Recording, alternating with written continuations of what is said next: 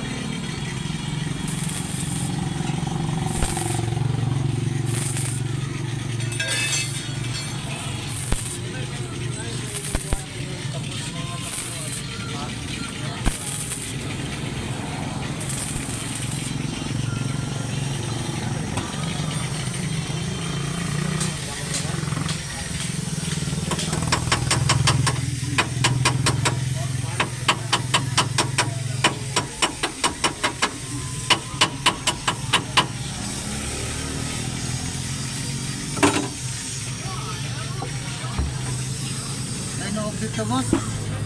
Boss ha? Nasa motor na pula. Baga? Oo. Jacket. Ano ba ito?